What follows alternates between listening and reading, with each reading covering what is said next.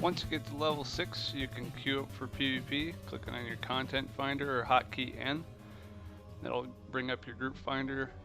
Click on PvP tab, click on Battlegrounds, and click on Join the Fight.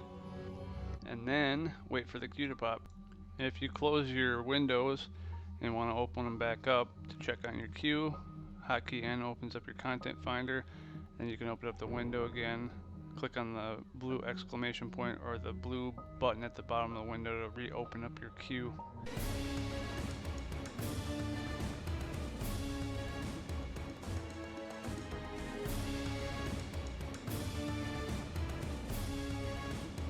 At the beginning of each match, you can click on the timer at the top center of your screen and it'll bring up your scoreboard. You can sort by damage and heals, so you can identify top damage, top healers, and even tanks, and see who's getting the most kills and pick targets to kill.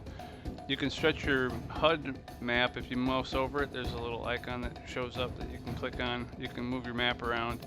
You can actually see a lot more if you take a moment to adjust your HUD map options. 30 seconds after the round starts, the mask spawns in the middle. Pick it up as fast as you can. If there's any enemies there, you're gonna have to clear them out because damage will interrupt your mask carrier pickup. Bring the mask back to your base. Unfortunately, sometimes you run into AFK players or bots. Click on the player, right-click their portrait, and then report them accordingly to keep the AFKs and bots out of PvP. And bring the mask back to your base to capture it. Don't forget about the speed buff that's underneath the bridge, and also the damage, healing, and strike-through bonuses. They're on the east, west, and in the caves. You don't want to split up from your team though. It's not a good idea to split up. You want to stay grouped up with your team.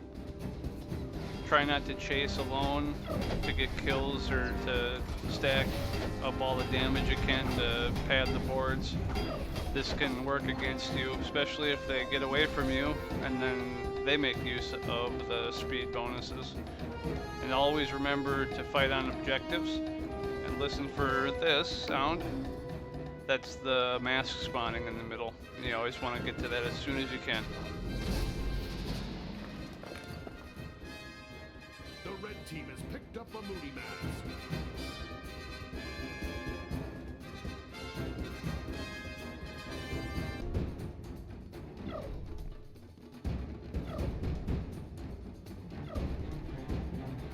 It's a good idea to always check your map and try to regroup top center in Walatiki Temple, or anytime you feel like you might be split up from your group. Hotkey M opens and closes your main map. When you want to get someplace quickly, make sure you use your sprint and your dash. That'll help you get to where you need to go a lot faster than just walking normally. Sometimes this can work against you though, if you know that there's a lot of stalkers that might jump you and try to kill you. You want to save your dash tokens and your sprint to get away from them. Make sure you're always fighting on the mask or objectives. If you're carrying the mask and you try to leap or use any kind of movement ability other than your dash and sprint, you will drop the mask. Be sure to pick it back up though and run it into your base for a score. Also pay attention if you're red team or blue team's always north, red team's always south. If you bring the mask to the wrong base and you look sweet and everything, you do all the special camera tricks and you get to the place and you can't turn in, find out you're at the wrong location. It's easy to get turned around. It's a long walk back to the other base.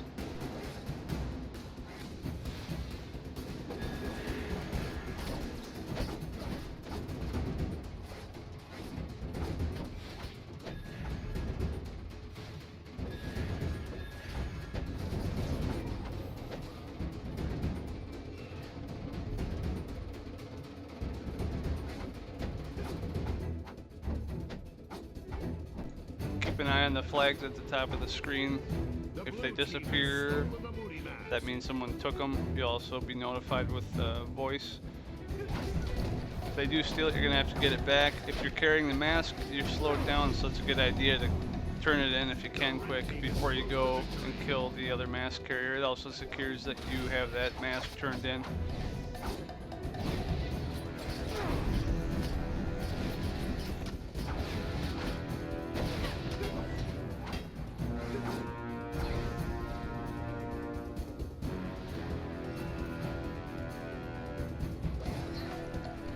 Usually you have to kill the mask carrier in order to get a steal back. This guy uses a movement ability, so he drops the mask for us, which works in our advantage. After that mask has been dropped, either from a movement ability or a kill, you have to defend it. The enemy team can come and pick it up, and the same works for if you steal a mask and someone kills you. If you die, a friendly can pick it up if there's no one there to interrupt you with any kind of damage ability. This timer shows up when it's almost been returned. Once that's returned, it teleports back to your base, and if you only have one of them to cap, you end up winning the match. Also, don't forget, you can click on this little gear on your raid frames, mark yourself and your role, and there's other additional options you can click on so you can see what classes people are and their shields and other information. Those are good things to enable. Also, don't forget to go in your combat options and set up your telegraph colors so that you can make the combat a little bit easier to follow.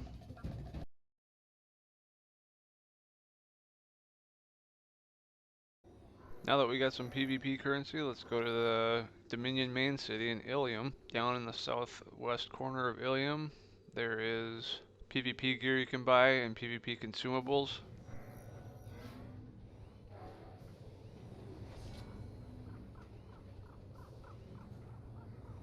Click on the PvP vendor, which is actually by the contract board there.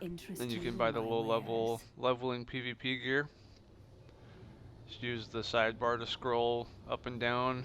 Click on what kind of gear you want. If you're damage, you want assault gear. If you're a healer, you want support gear. If you're a tank, you'll want support gear. There's a couple different gear sets you can buy.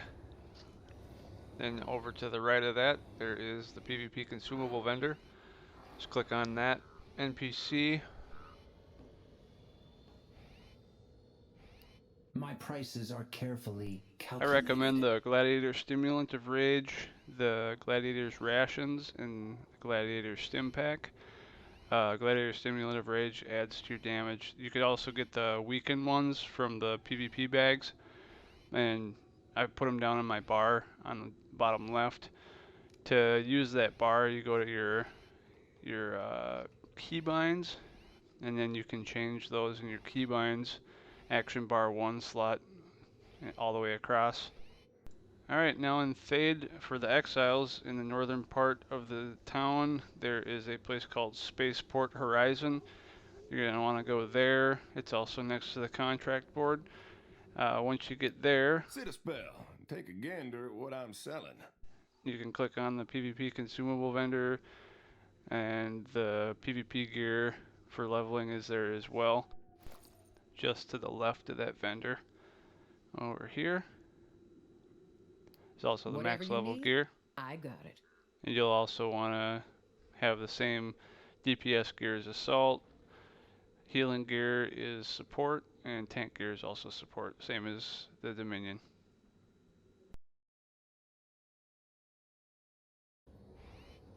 So how should you build your character for PvP?